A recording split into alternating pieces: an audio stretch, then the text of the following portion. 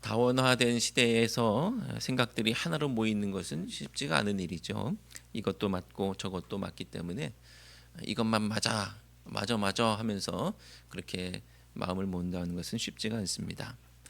내 생각을 주장하는 것, 내 고집을 주장하는 것, 요즘에는 그렇게 하면 이상한 소리 듣습니다. 자, 그래서 지금의 대한민국 같은 다양한 생각과 주장이 존재하는 상황 속에서 국민의 마음을 하나로 묶고 같은 마음을 품게 하는 것은 쉬운 일이 아니죠. 근데 그 어려운 것을 이 탄핵 정국 가운데 해낸 분이 계시죠. 어떤 사건이 벌어져서 모든 국민들이 한 마음을 품고 마음을 모을 수 있는 그런 기회가 되었던 것 같습니다. 국회 앞에 또 여의도에 모인 국민들의 숫자가 몇십만 또는 또 몇백만 이렇게 표현되고 있는 것들을 보게 됐는데, 이런 어려운 일, 그렇게 많이 모이는 것도 쉽지가 않은 일이죠. 그런 것도 8년 전에 비하면 어떻게 보면은 이번 사건이 빨리 끝나게 되어서 국민들에게는 좀 수고를 덜게 된 그런 일이 아닌가 이런 생각도 하게 됩니다. 그런데 이 어려운 일, 하나로 모으는, 사람들의 생각을 하나로 모으고 다 끌고 모으는 그런 일들이 쉽지 않은 일인데, 오늘 말씀에도 보면 그 어려운 일을 하고 있는 어떤 사람의 모습을 보게 됩니다. 사사기를 통해서 이게 될 일이 아니라는 것을 우리는 익히 지금까지 봐왔죠. 어떤 일이 있어도, 대적이 쳐들어와도 그저 몇 명이 모이고 또 몇 지파만 모이고 그랬었는데요. 온 이스라엘이 다 모입니다. 다 모여서 뭔가를 결정하게 되는 그런 상황이 오늘 말씀 속에 펼쳐져 있습니다. 지난 시간 우리는 베냐민 지파의 도성 기브아에서 냉대를 당했던 한 레위인의 이야기를 보았습니다. 그 어려움을 당하고요, 능욕을 당하고 학대를 당한 이야기를 보았는데요. 불량배들이 레위인 일행을 맞이한 한 노인의 집을 에워싸고, 야, 레위인 내놔라고, 너희 집, 네 집에 들어간 사람 내놔라고 하면서 레위인을 욕보이려고 했었던 그런 이야기가 있었습니다. 상황이 어려워지니까요, 이 레위인은 자기 첩을 끌어내서 자기 대신 불량배들에게 능욕을 당하게 하는 그런 상황이 펼쳐졌었죠. 그리고 한밤이 지나고 아침에 아무렇지도 않게 길을 나서려고 했던 이 레위인은 밤새 능욕을 당하고 그 노인의 집 앞에 엎드러져 있는 자기의 첩을 발견하게 됩니다. 아직 살아있을 수도 있는 이 첩을 무심하게 데리고 가서 그녀의 몸을 12조각 내서 각 지파에 보내고 온 이스라엘을 소집합니다. 전에 본 적이 없는 일 앞에서 이스라엘의 각 지파는 함께 모여서 이야기하기로 하고 미스바로 모입니다. 1절 말씀을 함께 읽겠습니다. 이에 모든 이스라엘 자손이 단에서부터 부엘세바까지와 길르앗 땅에서 나와서 그 회중이 일제히 미스바에서 여호와 앞에 모였으니. 아멘. 우리는 우리 영토를 표현할 때 어떻게 표현하나요? 이런 표현들 하죠. 한라에서 백두까지, 그런 표현하죠. 그래서 그럼 그 얘기를 들으면 우리나라 전 국토에서 뭔가 벌어지는구나라는 생각을 하게 됩니다. 한라에서 백두까지. 이스라엘 전 영토를 가리키는 표현이 있는데, 오늘 1절 말씀에 있는 표현입니다. 무어에서 뭐까지일까요? 단에서부터 부엘세바까지. 이게 이스라엘 영토를 가리키는 표현이에요. 우리는 지난 17장, 18장 이 에피소드 중에 단 지파가 요 밑에서 저 위에 라이스 땅으로 올라가서 정착하는 이야기를 봤죠. 이제 단 지파의 영토가 요 밑에 중간에가 아니고요, 이스라엘의 최북단에 위치하게 됩니다. 그래서 단에서부터 맨 밑에 부엘세바까지라고 할 때에 이것이 이스라엘의 영토가 됩니다. 그런데 말씀을 보면 또 어떤 곳에서 나왔네요. 길르앗 땅에서 나왔다 이렇게 표현하고 있습니다. 길르앗 땅은요, 요단 동편 지역을 말합니다. 요단 동편 지역에 세 지파가 먼저 정착하게 되었죠. 거기서부터도 나왔다. 그러니까 이스라엘 전 영토가 함께 모였다라는 것을 볼 수가 있고요. 그들이 모여서 자기들이 받은 시체 조각을 보면서 이게 무슨 일이야 하면서 깜짝 놀라서 화들짝 놀라서 함께 모여서 얘기해야 되겠구나라고 레위인의 고발을 접수하고 모인 것입니다. 그런데 레위인의 말을 들어보면 그 중에는 맞는 말도 있지만 또 자기 중심으로 왜곡한 말도 있다는 것을 알게 됩니다. 5절 말씀을 함께 읽겠습니다. 그 기브아 사람들이 나를 치러 일어나서 밤에 내가 묵고 있던 집을 에워싸고 나를 죽이려 하고 내 첩을 욕보여 그를 죽게 한지라. 아멘. 5절 말씀 속에는 교묘한 왜곡이 숨어 있습니다. 첫째는 기브아 사람들이 이 레위인을 죽이려고 한 적은 없지요. 죽이려고 한 건 아니에요. 내보내라, 우리가 그와 관계하리라 그랬었죠. 결과적으로 죽었을지는 모르지만 하지만 죽이려고 한 것은 아닙니다. 그들은 레위인과 관계하겠다라고 하고 본때를 보여주려고 했을 뿐이죠. 죽이겠다라고 한 적은 없는데 이렇게 말함으로 이스라엘을 더 흥분하게 만들고 있습니다. 둘째는 첩을 욕보여서 그를 죽게 했다는 것인데 이 속에 있는 왜곡은 자기 얘기를 빼놨어요. 자기가 자기 첩을 끄집어내서 이 불량배들에게 넘겨준 것인데 그들만 잘못한 것 같이 자기는 잘못 없는 것처럼 고상한 그런 고발을 하고 있습니다. 자기가 받을 비판을 제거하고 있죠. 셋째는 그에게 못되게 굴었던 사람들이 기브아 전체인 것처럼 보이게 하고 있어요. 기브아의 불량배들이 아니고 그냥 기브아가 그런 거예요. 그렇게 표현하고 있는 것을 보게 됩니다. 자기가 당한 일은 과장했고요. 자기의 잘못은 숨겨서 얻고자 하는 것이 무엇일까요? 그가 하고자 하는 것, 이 이야기를 하면서 얻고자 하는 것, 그것은 바로 복수입니다. 누구를 위한 복수일까요? 죽은 첩을 위한 복수일까요? 야, 내 아내가 이렇게 능욕을 당하고 죽었어 하면서 내 아내를 위해서, 명예를 위해서 이렇게 좀 해주십시오라고 하는 것처럼 보이지만 자기를 위한 복수입니다. 첩의 몸을 도륙해서 12지파에게 보낸 형식을 보면 첩을 위한 복수 같고, 그가 기브아 사람들을 고발하며 하는 말을 봐도 능욕당한 사람은 당한 첩을 위한 복수인 것 같지만, 그가 말하지 않았지만 기브아에서 첩에게 행했던 일과 그의 감정선을 보면 도무지 첩을 위한 것이라고 할 수는 없습니다. 오히려 자기가 당한 불명예 그리고 자기가 당한 모욕, 그것을 견딜 수 없기 때문에 이런 복수를 해달라고 다 긁어 모은 것입니다. 이 레위인이 입에 첩을 달고 첩을 위한다고 말하는 것처럼 오늘날도 어떤 정치인도 입에 국민을 위한다라는 말을 달고 있고 국민을 위해서 이런 일을 했다고 하고는 있는데, 밝혀지는 진상들, 실상들, 용기 내는 증언들, 또 그가 했다는 말들을 볼 때 전혀 국민을 위한 것이라고 보기는 어렵다라고 우리가 판단하게 되죠. 그는 왜 그런 일을 했을까라고 했을 때 여러 이유들이 있겠지만 개인적인 복수는 아니었을까, 이런 생각도 하게 됩니다. 내가 어떤 사람인데 나 인정받지 못하고 있어, 이런 마음도 있겠고요. 그리고 자기에게 모욕감을 준 사람들에 대한 복수를 계획했던 것은 아닐까, 이렇게 생각하게 됩니다.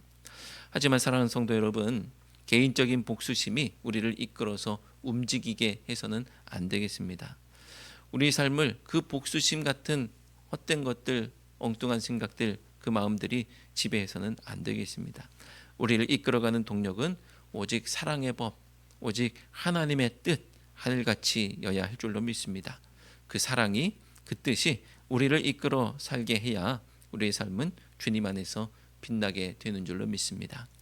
우리 삶이 어둠 속에 있지 않기를 바라고, 엉킨 감정의 미로 속에서 길을 잃고 방황하지 않기를 바라고, 그리고 내 삶을 거짓과 왜곡으로 더럽히는 것이 아니라 주님의 밝은 빛에 이끌려 거룩하게 살아가는 우리 모두가 되시기를 주님의 이름으로 축원드립니다. 레위인의 고발을 들은 이스라엘은 한 사람도 자기 진영으로 돌아가지 않고 베냐민을 치기로 합니다. 10절 말씀 마지막 부분을 함께 읽겠습니다. 그들에게 베냐민의 기브아에 가서 그 무리가 이스라엘 중에서 망령된 일을 행한 대로 징계하게 하리라 하니라. 아멘. 그리고 베냐민도 불량배들을 내주는 것이 아니라 여러 성읍들로부터 기브아로 모여서 나머지 이스라엘 전체와 싸우고자 합니다. 베냐민도 이스라엘이에요. 하지만 베냐민을 제외한 나머지 이스라엘 전체와 베냐민과 이렇게 싸우게 되는 것이죠. 14절 말씀을 함께 읽겠습니다. 도리어 성읍들로부터 기브아에 모이고 나가서 이스라엘 자손과 싸우고자 하니라. 아멘.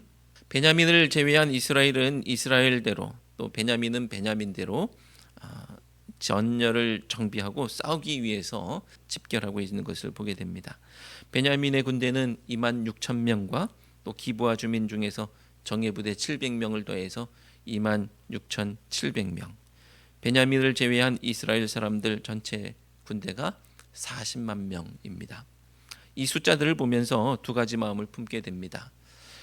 26,700명 대 40만 명을 보면요, 너무 한쪽으로 기울어버린 숫자가 아닐까, 싸우나 마나 결과가 뻔해 보이는 그런 것 아닐까, 이런 생각도 들고요. 또 한 가지 생각은 이렇게 큰 군대가 모였던 적이 있었던가 하는 그런 마음입니다. 이스라엘 중에 이렇게 큰 군대가 모인 적이 있었나? 자, 11절 17절 말씀을 함께 읽겠습니다. 이와 같이 이스라엘 모든 사람이 하나같이 합심하여 그 성읍을 치려고 모였더라. 베냐민 자손 외에 이스라엘 사람으로서 칼을 빼는 자의 수는 40만 명이니 다 전사라. 우리가 사사기를 읽어오면서 이스라엘의 대적들과 맞섰던 이 사사들의 모습, 그리고 몇몇 지파들의 모습을 봤지만 이런 적이 없습니다. 어떤 지파가 어려움을 당하고 어떤 지파의 이방 대적들이 와서 그 지파를 힘들게 할 때에 그들이 전체가 다 모이지 못했어요. 이런 기백도 없었고 이렇게 모인 적도 없었습니다. 기껏 몇몇 지파의 싸움이었지 전체 이스라엘이 들고 일어난 적이 없습니다. 가장 가깝게는 삼손이 블레셋에서 소동을 일으키고 유다 지역으로 몸을 피했을 때에 유다 백성들은 군대를 일으켰는데 삼손과 합세해서 블레셋을 물리치기 위한 것이 아니고요, 삼손을 잡아서 블레셋에 넘겨주기 위해서 모였던 것이죠. 근데 지금 엄청난 일이 벌어지고 있습니다. 모든 지파가 일어나서 큰 군대를 일으켰고 한 마음이 되어서 큰 기백으로 불의를 심판하고자 합니다. 자, 이 어려운 일을 한 레위인이 해냈습니다.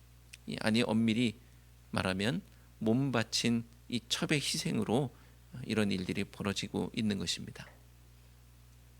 그런데 전체 이스라엘이 이 엄청난 일을 결정한 것은 어떤 한 사람의 과장과 왜곡, 한 사람의 과장과 왜곡된 말 때문이었습니다. 그들은 그 말을 검증할 의지도 없고요, 그 말을 한 사람의 말에 홀딱 넘어가 버려가지고 이 엄청난 일을 저지르고 있는 것입니다. 다음 시간에 살펴보게 되겠지만 베냐민 지파가 이 싸움에서 거의 멸절하게 됩니다. 이스라엘이 대적들 이방들은 멸절시키지 못하면서 베냐민은 거의 멸절시키는 이 비극을 보게 되는 것이죠. 민족적 비극을 보게 됩니다. 그들 스스로도 도대체 그들이 무슨 일을 한 것인가라는 자괴감에 빠지는 상황이 펼쳐집니다. 어떻게 이게 전체 이스라엘의 판단일 수 있을까? 어떻게 한 사람의 말을 듣고서 이런 일을 벌일 수 있을까? 어떻게 한 사람의 말을 듣고서 그걸 검증하지도 않고 철석같이 믿고 한 민족이 서로를 향해서 칼을 겨눌 수 있을까? 이방 대적을 대하듯 형제들을 죽일 수 있을까? 이런 생각을 하게 되죠.